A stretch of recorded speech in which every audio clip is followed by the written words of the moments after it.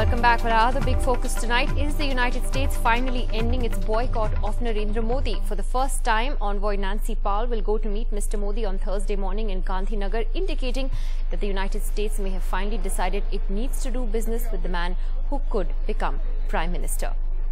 Well, Sadanand Dhume, columnist, joins us as well in this part of the show on Skype from Washington. Sadanand, what's the sense that you're getting there about this change of heart in the United States? From what we understand, it's something that's been brewing for some time, and perhaps a realization there on Capitol Hill that they can't afford to take an extreme position on Mr. Modi.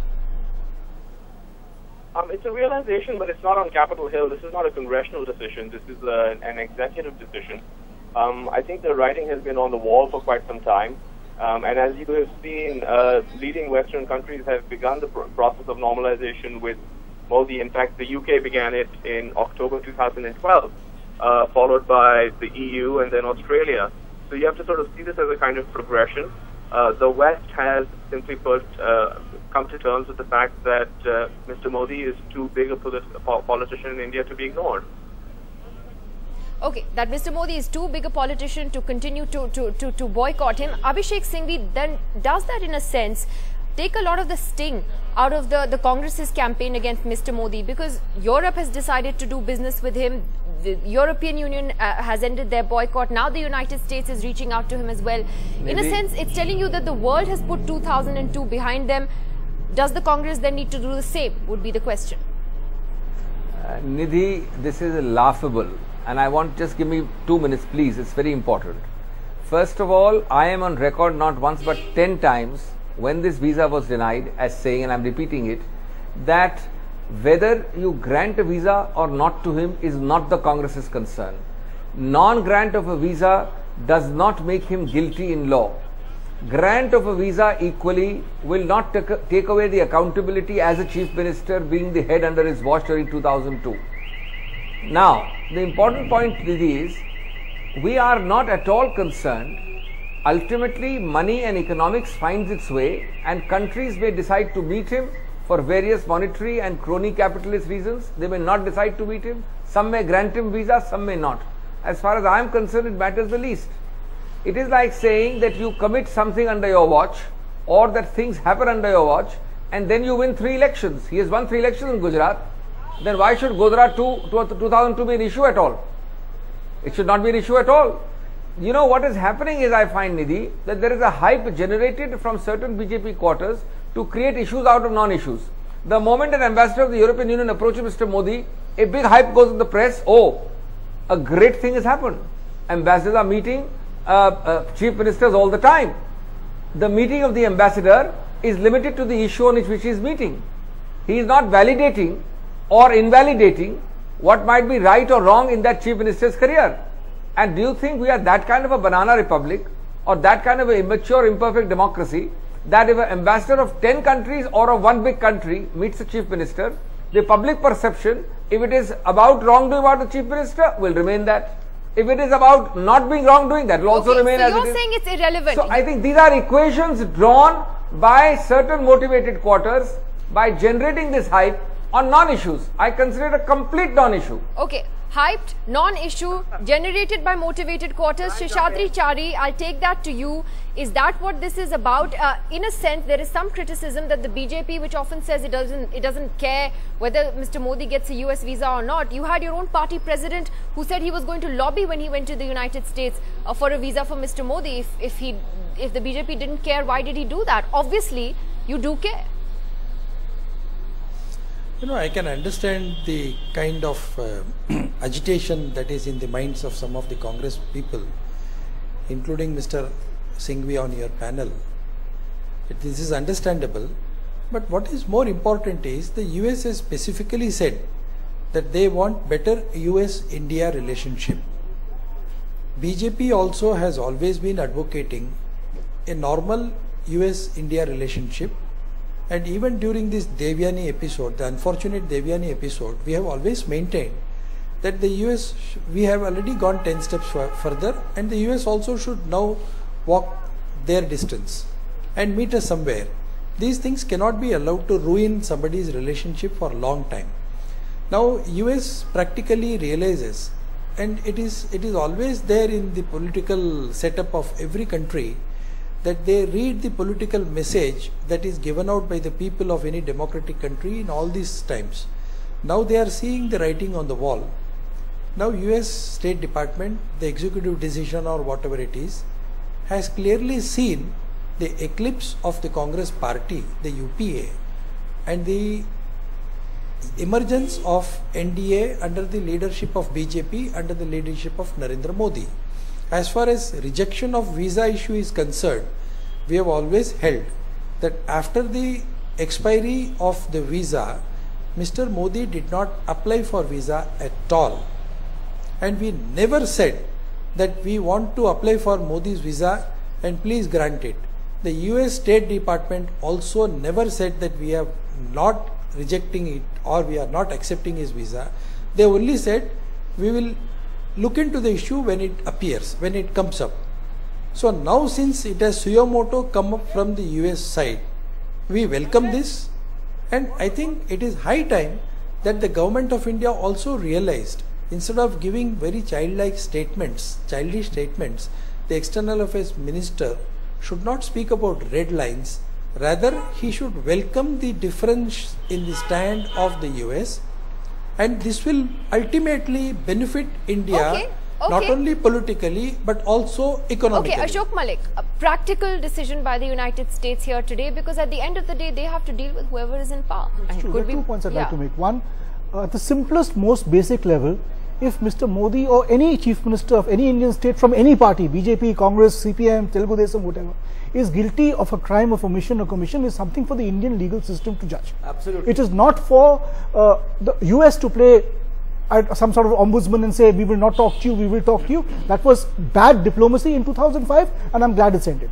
And I would have said this irrespective of whether it had been Mr. Modi, Mr. Buddhadev Bhattacharya, Mr. Rajiv Gandhi, whoever, anyone.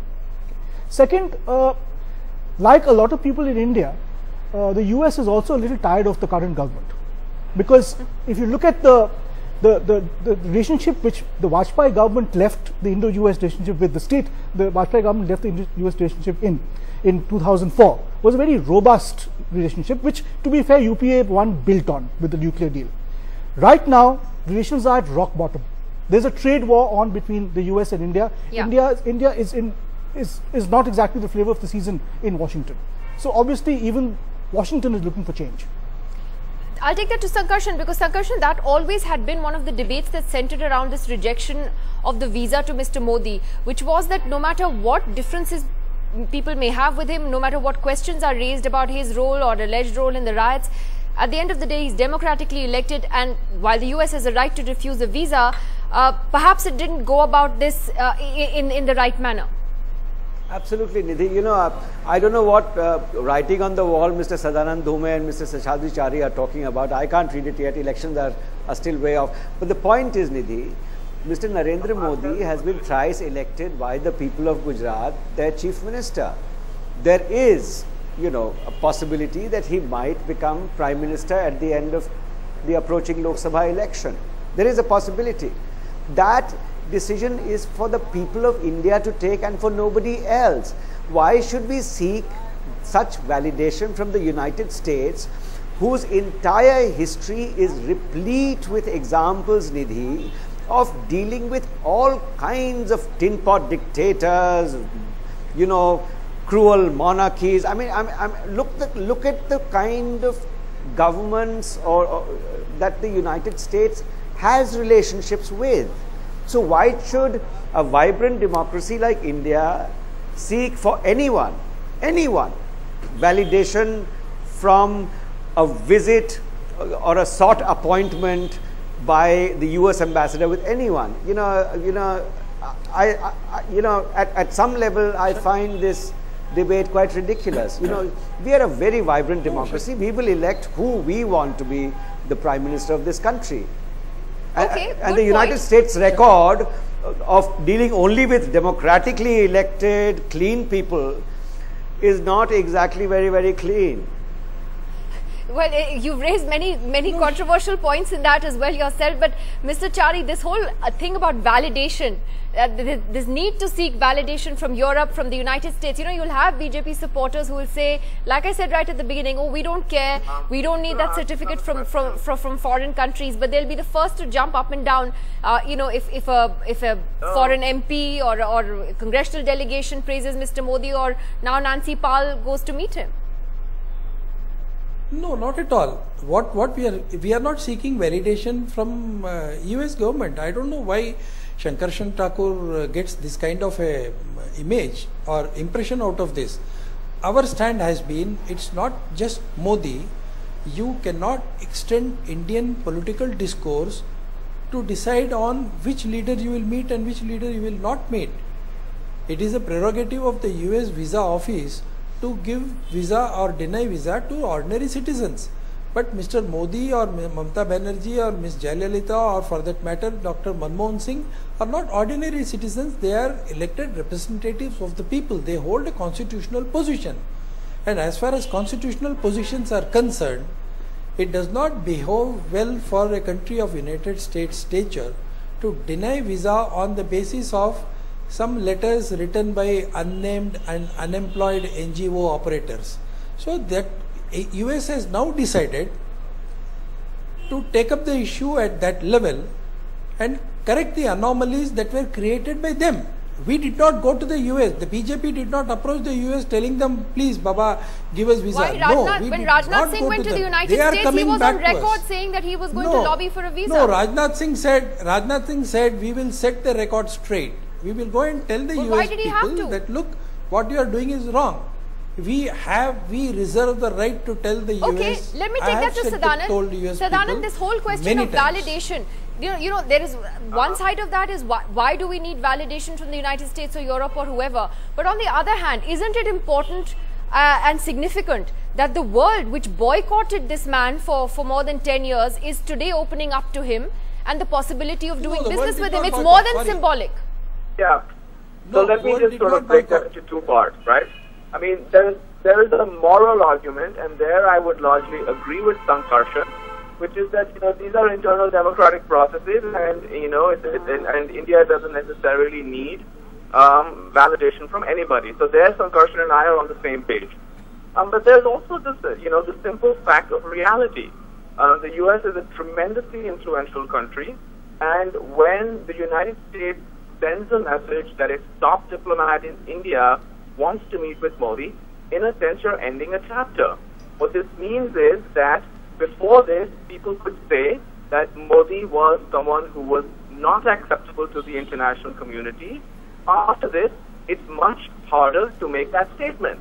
Now, whether Mr. Singhvi and whether Mr. Thakur want to take that seriously or not, whether that should matter or not, is an entirely different argument. But the fact is that in terms of Mr. Modi's international acceptability, this is obviously a large step.